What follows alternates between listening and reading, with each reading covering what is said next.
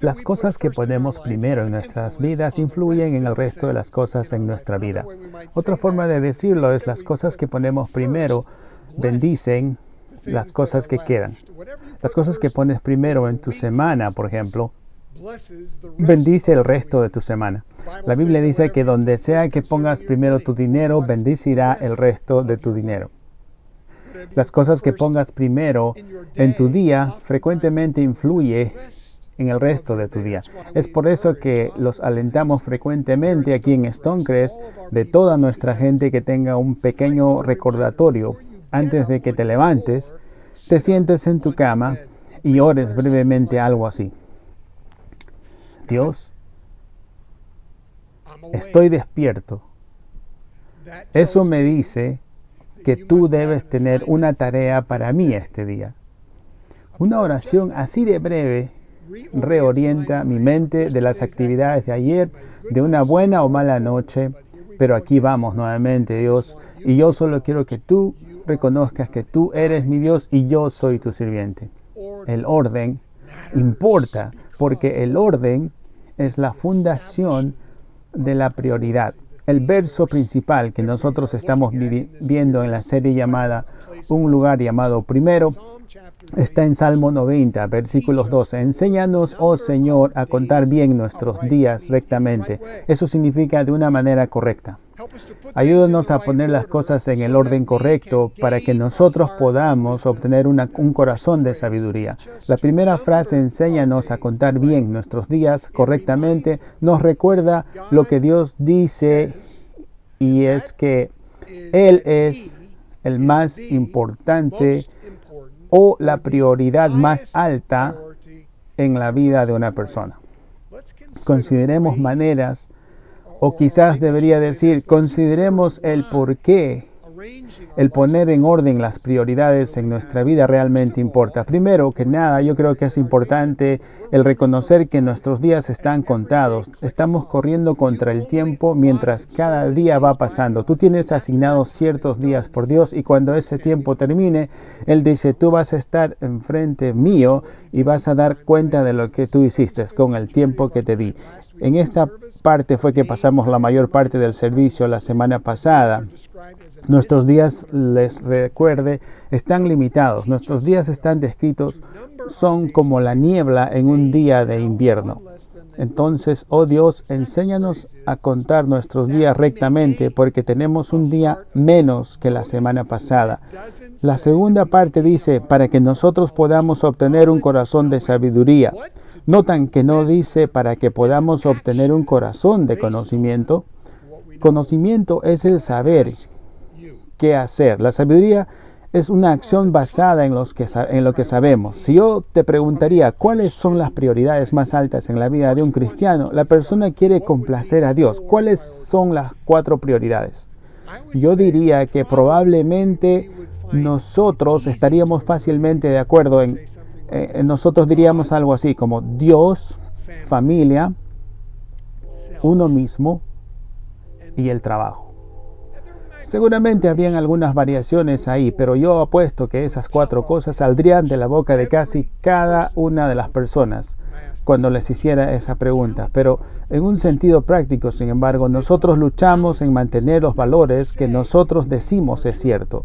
Dios, familia, uno mismo, salud y el trabajo. Entonces hay una diferencia entre conocimiento y sabiduría. Si yo pudiera resumir el sermón de la semana pasada en una oración sería esto. Si tú pusieras a Dios primero en tu vida, Dios bendecirá el resto de tu vida. Hoy día, cuando hablemos de un lugar llamado primero, quiero que consideremos esta palabra. Orden es la fundación de las prioridades. Prioridad es la organización de las cuales, lo cual comunica la importancia a nosotros y cualquiera que esté observándonos. Importancia significa que ponemos el valor no solamente en esta tierra, pero en la vida que venga. La oración, creo yo, es una de las más altas prioridades en nuestra vida, mientras seguimos a Jesús, porque se alinea con lo que hacemos en esta tierra, con lo que decimos que la prioridad más importante es poner a Dios primero. en nuestra vida. Andrew Murray vivió hace mucho tiempo atrás. En el año 1912, ¿cuándo es eso? Hace unos 108 años atrás, él estaba hablando en Sudáfrica y él dio una conferencia ahí y esos mensajes se propagaron desde el año 1912 en un libro llamado Una vida de oración, publicado por Whitaker House en el 1981. Murray habla de 3 cosas en ese libro. Él dice primeramente hay un pecado, interesante, él llama un pecado de la falta de oración y después pasa a explicar la pelea en contra la falta de oración en la vida de los creyentes y luego terceramente él habla de cómo ser liberado de la falta de oración. En la página 6 del libro, si estás interesado, yo les recomendaría muchísimo que obtengan ese libro. Él dice esto: el pecado de la falta de oración es una de las raíces más profundas de la maldad. Una declaración poderosa. Él luego continúa diciendo unas páginas más adelante: el que ora menos es demasiado orgulloso para poder reconocer la falta de oración.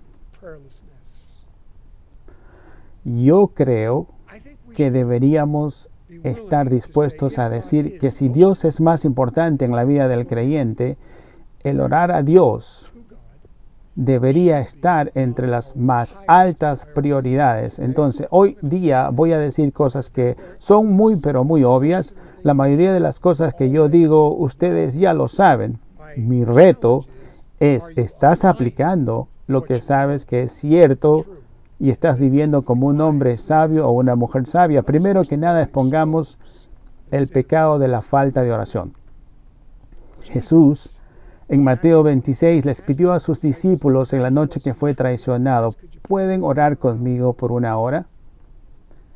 Jesús se fue un poco más lejos a orar solo, porque es ahí donde leemos acerca del hecho en el cual él empezó a sudar en sangre, el cual estaba bajo una tremenda angustia. Después de derramar su corazón ante Dios, regresó a sus discípulos y es donde los encuentra durmiendo y les dice: ¿no pudieron orar conmigo? ¿No pudieron orar conmigo? Yo creo que la ilustración para mí aquí es que el pecado de falta de oración está entre los pecados de omisión mencionados en por el apóstol Pablo en Romanos capítulo 7. No puedo entender mis propias acciones. Pablo dijo: ¿por qué no hago lo que sé que debo hacer? Yo creo que la razón por la que no ganamos la victoria sobre la falta de oración es porque la vemos como simplemente una debilidad y fallamos en declarar ser un pecado. Disfrazamos el horror del pecado con excusas como falta de tiempo, no soy una persona que madruga, mi vida está llena de distracciones, tú sabes, un poquito ocioso espiritualmente, tantas cosas en el trabajo. Yo creo que la falta de oración está ligada a muchos pecados grandes en nuestras vidas. Déjenme mencionar un par de pecados grandes, los cuales Dios dice simplemente no tolera. Orgullo, incredulidad, idolatría y lujuria. Tú dices que la falta de oración está atada a esos. Déjame continuar. Hebreos capítulo 3. Cuídense, hermanos, cuídense.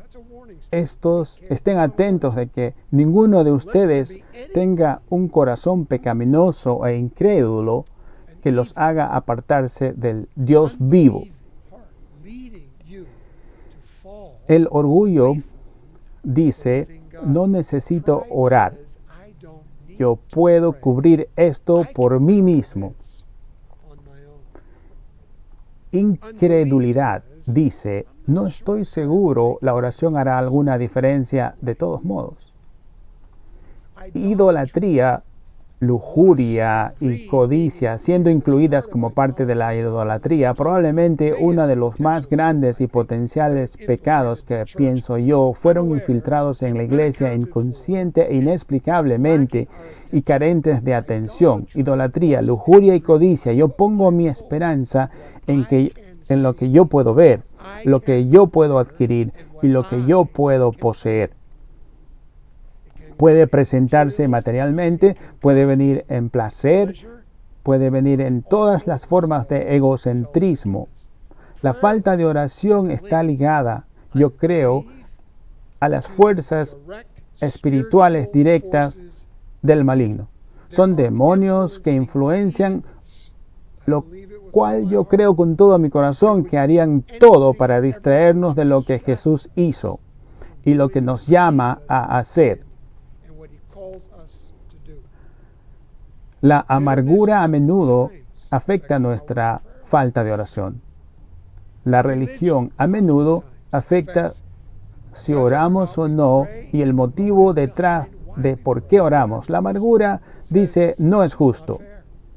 Ahora todos nosotros llevamos cierta cantidad de dolor y decepciones porque pensamos que preguntamos a Dios por las cosas correctas y los motivos correctos, pero no obtuvimos lo que queríamos. Entonces llevamos ese dolor dentro de nosotros, ya sea consciente e inconscientemente, lo guardamos en contra de Dios.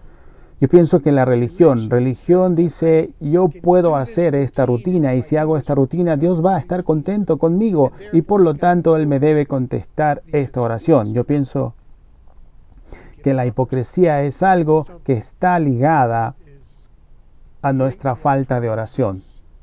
Hipocresía es cuando decimos que la oración es importante, pero la tratamos como no lo es. La falta de oración yo pienso que tiene un efecto negativo en nuestras vidas espirituales que produce lo que la Biblia llama como impotencia, inefectividad e ineficacia.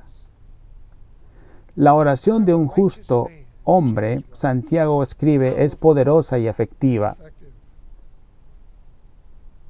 Hay una ineficacia e impotencia entre muchos de nosotros como creyentes, simplemente porque nos hemos quedado cómodos diciendo que la oración es importante, pero fallando en realmente dar un paso a la disciplina de la oración.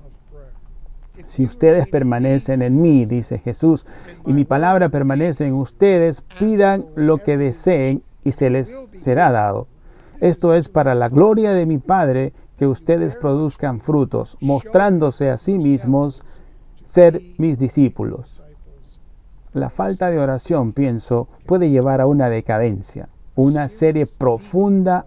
Decadencia es un problema de estilo de vida y requiere más de esfuerzo humano para vencerla.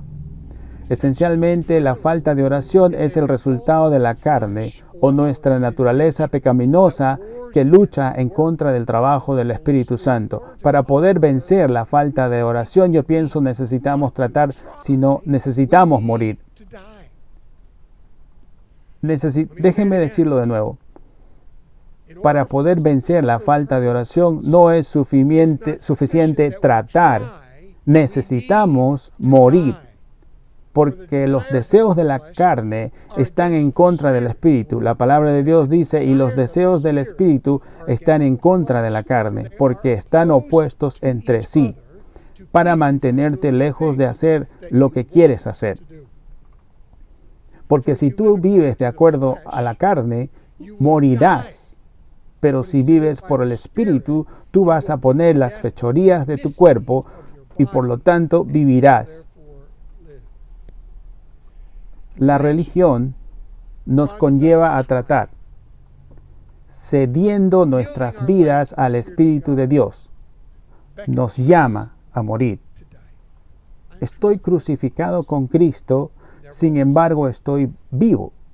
Y la vida que antes vivía en la carne, ahora la vivo por fe en el Hijo de Dios, quien me amó y dio su vida por mí. Amigo, yo pienso que mientras pasamos al siguiente punto, hay una necesidad en nosotros de arrepentirnos del pecado, de la falta de oración. La efectividad de nuestra vida en oración es contingente a la efectividad de nuestro arrepentimiento de falta de oración. No hay que irse por las ramas, hay que exponer y renunciar al pecado de falta de oración. Hay que llamarla como yo creo Dios la llamaría. No la llames debilidad, llámala pecado. El pecado es perder la marca de lo que Dios estableció. Si la oración no fuese importante, entonces Jesús no lo hubiera hecho. Si no fuese importante, entonces Jesús no lo hubiese dicho. Háganlo sin cesar. No le llames debilidad de oración, llámalo pecado. Da un paso esta mañana y haz un cambio. La falta de oración es el robar de ti la plenitud de las bendiciones de Dios en tu vida. Yo pienso que nosotros deberíamos pienso que deberíamos odiar la falta de oración tanto como podríamos odiar el diagnóstico de un cáncer activo en nuestro cuerpo. Pienso que debemos dar un paso. Pienso que debemos ser proactivos en la manera que nosotros nos levantemos. Actuemos y confrontemos la falta de oración. Pienso que debemos de escribir, y quiero animarlos hoy, escribir una oración o dos o tres. Dios, yo he vivido una vida donde dije que la relación de Dios conmigo es la más importante parte de mi vida, pero solo viendo a la cantidad de tiempo que he orado y comparando al tamaño de las respuestas a las oraciones que yo he hecho, hay una muy pequeña evidencia de que estoy viviendo una vida en oración. Dios, perdóname. Segundamente, identifica en ti mismo los pecados con los que la falta de oración pueden estar conectados. Orgullo. ¿Crees tú que puedas vivir la vida cristiana por ti mismo? ¿Reconoces que necesitas un poder más grande que tú, específicamente el Espíritu Santo del que Pedro habló en la segunda de Pedro, capítulo 1, versículo 3? Su divino poder nos da todo lo que necesitamos para vivir como Dios manda. Tú no tienes el poder en ti mismo para vivir la vida que Jesús quiso que tú vivas. Viene a través de la oración, de la dependencia del Espíritu Santo. Terceramente, pausa y ora. Y reprende al espíritu que viene en contra del Espíritu de Dios. Sí, yo creo que los demonios afectan a las personas en la tierra hoy. Yo no creo que los cristianos están empoderados o poseídos por demonios, pero creo que los demonios vienen a influenciarnos o vienen a oprimirnos, vienen a influenciar nuestros pensamientos, y nosotros necesitamos constantemente dar un paso a la relación con la oración, donde tomamos captivo cada pensamiento y quitar los ojos de esa cosa que nos causa tener un deseo dado por Dios que iría más allá de lo que la bendición de Dios permitiría en nuestra vida. Eso es la tentación. Es tomar el deseo dado por Dios para que nos lleve a una acción prohibida por Dios. Mi amigo, orar, constantemente orar. Por más que me respiro cada día, no tengo una idea de cuántas veces sean, pero son más veces de las que pueda contar. Y cuando pierdo el conocimiento, Dios puso la habilidad para seguir respirando. En nuestra vida espiritual necesitamos respirar. Oraciones. Ayúdame Dios, ese pensamiento que captivé, reemplacé ese pensamiento contigo. Pausa y oración. Cuarto, pide al Espíritu Santo impartir en ti una vida de oración que modele las enseñanzas de Jesús, quien dijo: ahora tú me pides que te enseñe a orar. Cuando ores, ora de esta manera. El Espíritu Santo ora con nosotros. El Espíritu Santo fue dado por Jesús cuando ascendía como el Cristo. Él lo envió a la iglesia y dijo: ahora, discípulos, no atenten el llevar las buenas nuevas a Jerusalén, Judea, Samaria y otras partes de la tierra, aparte del poder, la presencia y la persona del Espíritu Santo. Entonces, ¿cómo es que vencemos? ¿Cómo vencemos el pecado de la falta de oración? Pienso que la falta de oración es el trabajo de la carne. La naturaleza pecaminosa, el hombre viejo. Orar en plenitud es el trabajo del Espíritu Santo y es parte del hombre nuevo. Pablo dijo: de modo que si alguno está en Cristo, nueva criatura es. Las cosas viejas pasaron, ahora todas han sido hechas nuevas. No creo que nunca podamos ser capaces de presumir en nuestras vidas en oración, porque una vida de oración fortalecida está llena de respuestas dramáticas a específicas oraciones. Siempre hay la evidencia de que Dios está en nosotros y Dios está trabajando a través de nosotros. La oración nunca debería causarnos orgullo, siempre y cuando con tu gran expectativo oras por alguien y ellos son sanados, ayudados y tienen un testimonio, asegúrate de que tú le regreses la gloria a Dios, porque Dios está haciendo eso a través de ti para ellos. El Espíritu Santo es un espíritu de oración. Él está orando en todo momento con nosotros y por nosotros y está intercediendo por nosotros. Orando en todo momento en el Espíritu con peticiones y ruegos, Pablo escribió en Efesios 6, manténganse alerta y perseveren en oración por todos los santos. El Espíritu Santo ayuda a prosperar con nosotros para enseñarnos en cómo orar. El Espíritu de Dios nos ayuda en nuestra debilidad, porque nosotros no sabemos qué orar.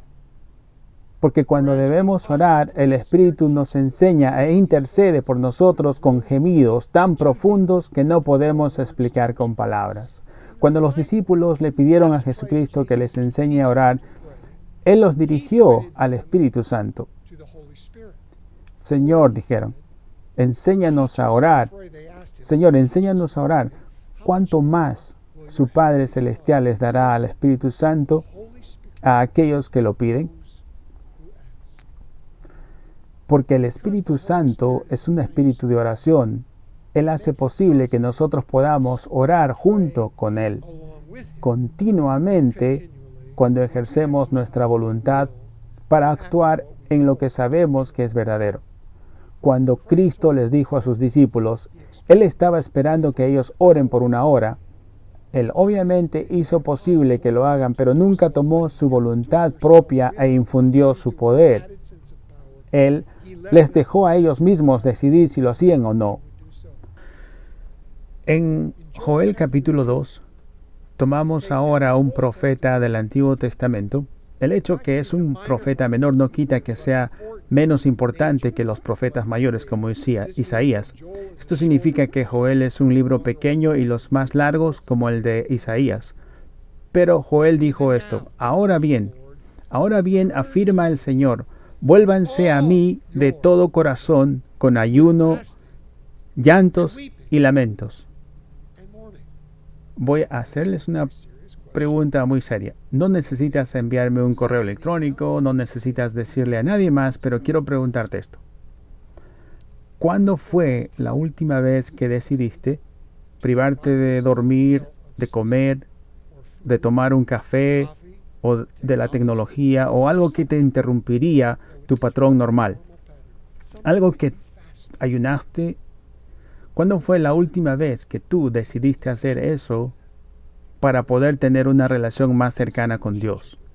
¿Cuándo fue la última vez que tú lloraste solo entre tú y Dios, con un sentido profundo que no estoy cumpliendo a todo lo que tú me llamaste a hacer y añorando la presencia de Dios? Lloramos. ¿Cuándo fue la última vez que lamentamos la muerte espiritual?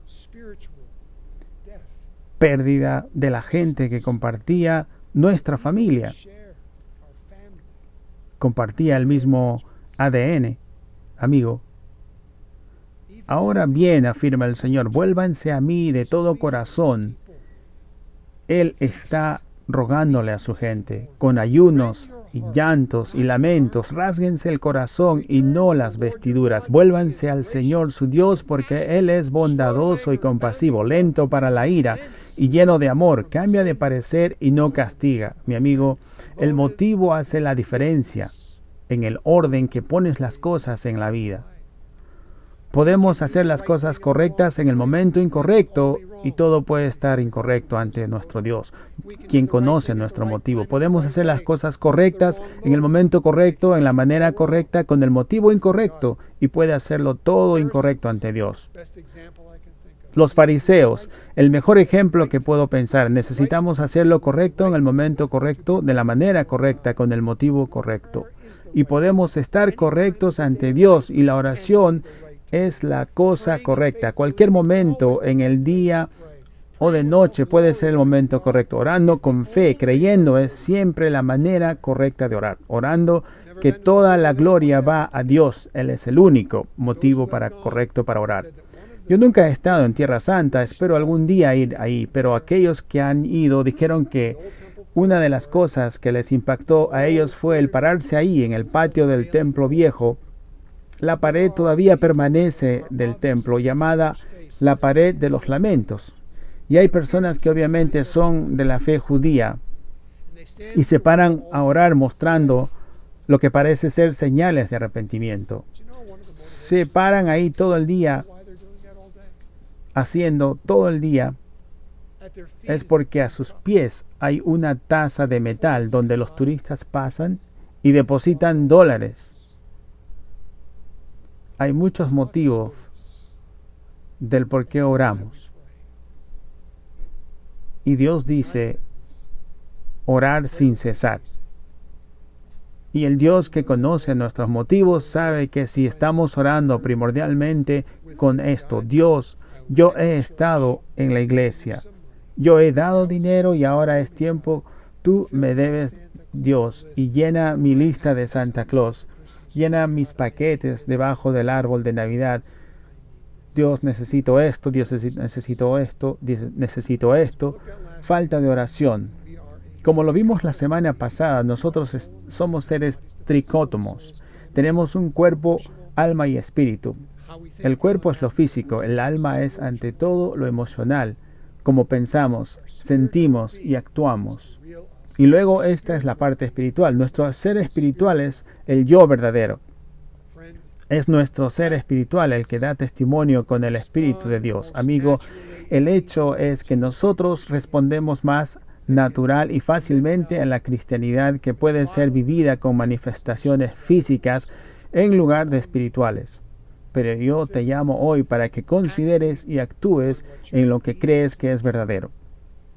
Cuando tú renuncias a algo con motivo y dices, Dios, quiero renunciar a esto sabiendo que estoy acercándome a ti, eso se llama ayuno.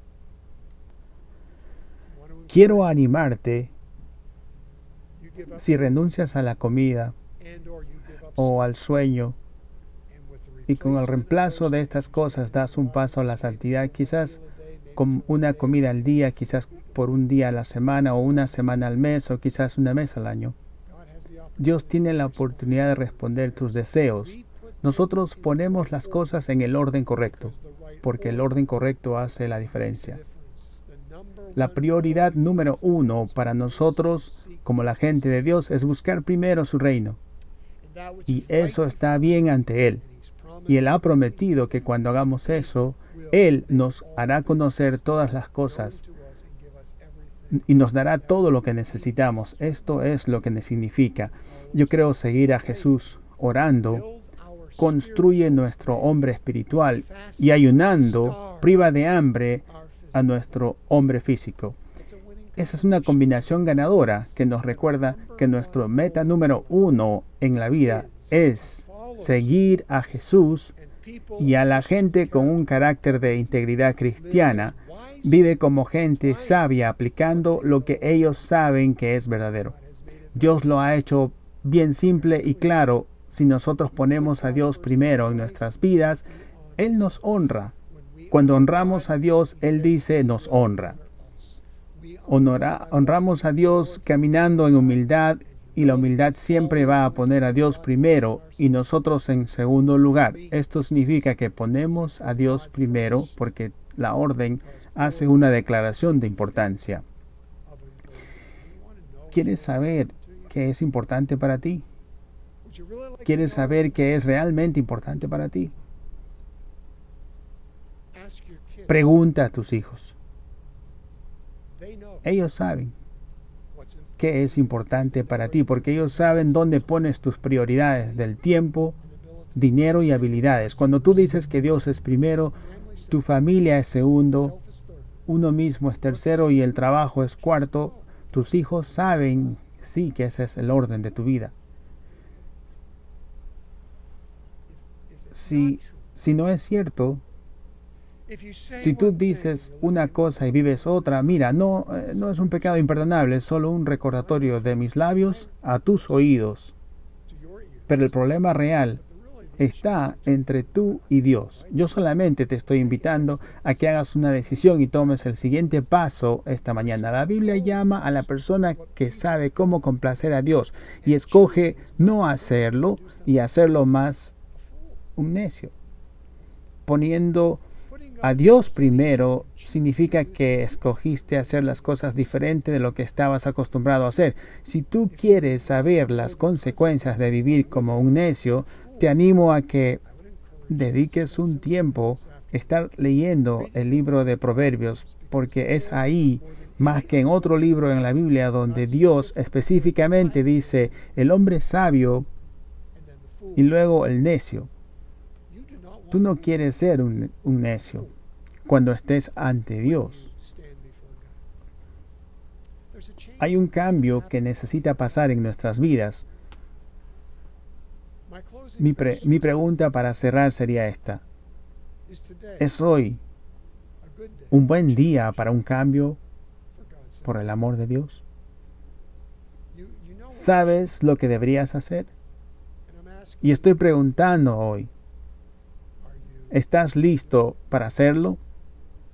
El poder para hacerlo se encuentra primeramente en tu decisión y segundamente en el poder del Espíritu Santo para ayudarte a hacerlo. Lo necesitamos, el Espíritu Santo, para vivir una vida cristiana de la manera que Dios desea que vivamos, y oración es la disciplina repetitiva de la manera que nos acercamos más a Dios. El orar no siempre es hablando a Dios, pero también oyendo la voz de Dios, pero siempre respondiendo, sí, Señor. Eso es lo que yo haría. Yo creo que Dios nos ha hablado, y yo creo que ahora mismo, cuando te pregunte cuál es el próximo paso para ti, para alejarte de la falta de oración y pasar hacia la oración en plenitud, yo creo que el Espíritu tiene algo para ti. Mi pregunta es, por favor, cierren sus ojos y consideren que esto, ¿qué es? ¿Qué es?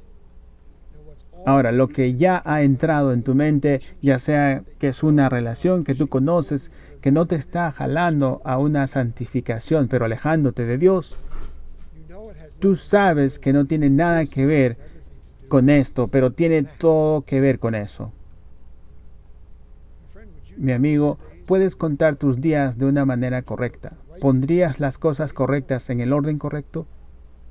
Para que tú puedas probar que el resto de tu vida es afectada por el hecho que tú has arreglado tu vida en el orden correcto, donde Dios es el número uno.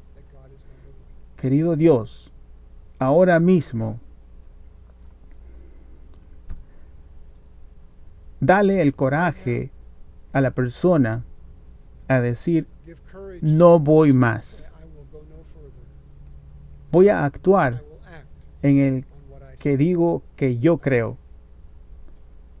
Enséñanos, oh Señor, a contar nuestros días en la forma correcta, en el orden correcto, que nosotros te complazcamos. Y antes que diga amén, quiero animarlos. Ustedes van a ver un número telefónico en su pantalla. Escriban ese número ahora mismo, 908-821-9700. Hay alguien ahora mismo que va a responder tus preguntas y te va a ayudar a tomar el próximo paso.